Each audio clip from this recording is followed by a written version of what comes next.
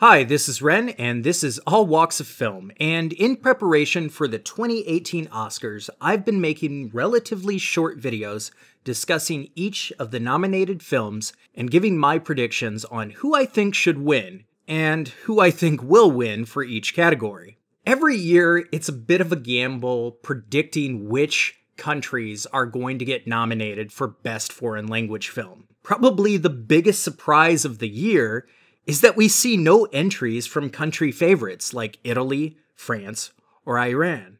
So it's pretty fair to say that this year, the selection is a bit of a gamble. The films nominated are A Fantastic Woman from Chile, On Body and Soul from Hungary, The Insult from Lebanon, The Square from Sweden, and Loveless from Russia.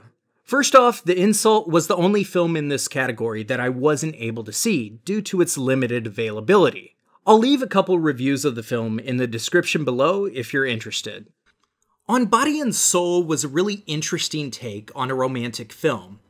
It's about two people with major issues and miserable lives who come together in a dream they shared where they're both dear. I know it sounds a bit cheesy for a premise, but it really works. In part because the rest of the film is so brutal. The brutality might be seen as one major drawback. They work at a slaughterhouse, and that in and of itself can make the film very divisive. And there are also other elements of the film that can be disturbing and upsetting. Alexandra Borbelli, sorry I don't know how to pronounce her name, really knocks it out of the park as a developmentally stunted woman or a woman on the spectrum. It is unclear, but it does seem like she has a certain degree of autism. And I've heard a couple other people talk about the film, and that's been their assessment too. But it's never explicitly stated in the film. At least I didn't catch it. What's really more important is that the two work together, despite their very large age gap and their superficial dissimilarities. Loveless is perhaps the most soul-crushing film out of the four that I saw. It's about parents that verbally abuse and neglect their kid, and then forget about him. What's even worse is they don't even seem to care. This was a really hard watch, but really good. Two reasons why this film will most likely not win. It's depressing as hell with no redeemable characters, save for the unit that's sent out to look for the kid. The other being that it's a Russian film, and right now we are not very positive on anything Russian, and while the director has spoken out against Putin, I would find it very hard to believe that the Oscars would give the award to a Russian film this year. I just don't see it happening. The parents are also two of the worst parents I've seen on screen in a long time. The movie might even have you screaming, "Does anybody care about this kid?" And the answer is most likely no.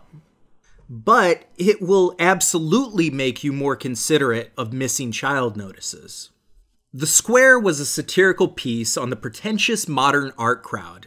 It's odd to say that this was the most uplifting of all the films, but it certainly is. If PC culture has bothered you over the past couple years as much as it has me, I'm pretty sure this film will be right up your alley.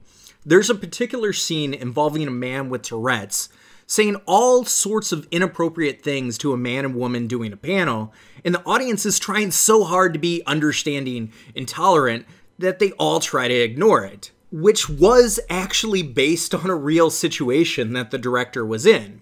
Also, if you're a Planet of the Apes fan, you'll love seeing Terry Notary perform without his silly onesie. The film directly challenges the pretense of the modern art world, but from a place of love for the real potential and ability of art. A Fantastic Woman couldn't have been anything other than fantastic, or it would be the butt end of crass jokes by critics trying to sound clever. The film is about a woman named Marina who's just trying to grieve for her dead lover, but she's faced with rejection and abuse, and even question for her very existence, because she is trans. I think it's really amazing that they got a trans woman to play the lead. If there's any foreign film of the bunch that I could recommend that you should see, it would definitely be this one. Overall, I was actually more impressed by the foreign language film nominations than most of the films in contention at the Oscars. There were some snubs. The cannibal coming-of-age French film Raw is the first to come to mind. But that premise is probably too much for the Academy, despite having some pretty ballsy films in the past, like Dogtooth. Also, it was directed by a woman, something that was lacking from the nominees this year. I just want to mention that I'm still hoping that South Korea gets a nomination of some kind at least 1 year, since they've pioneered an entire film movement and have gotten little mainstream recognition for their efforts. 90 years and no nomination, even though I'll admit that last year was more egregious, with The Handmaiden being a film that many audiences saw and loved. And there are also countless other films that have been recognized by Cannes, but not the Oscars. So, out of the films nominated, I really want A Fantastic Woman to win, but The Square might win just because it's won a lot of awards in other circuits. It has 17 awards on its belt, whereas A Fantastic Woman only has 10. However, that being said, I think that the film speaks really honestly and accurately to the trans experience. So ultimately, I think A Fantastic Woman is going to win. Not just because I think A Fantastic Woman is an amazing film. I think it has a political and personal message that will resonate with voters, and I would find it very hard to believe that the Oscars wouldn't want to give Daniela Vega the opportunity to stand up on stage and speak about trans rights.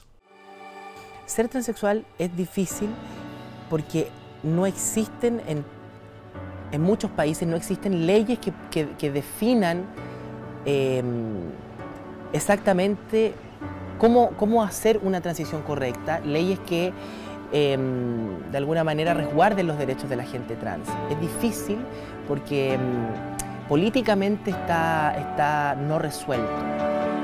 So what do you think of the Oscar nominations for Best Foreign Language Film? Which was your favorite? What films would you have liked to see on the list? Thank you for watching, and keep holding your heads high.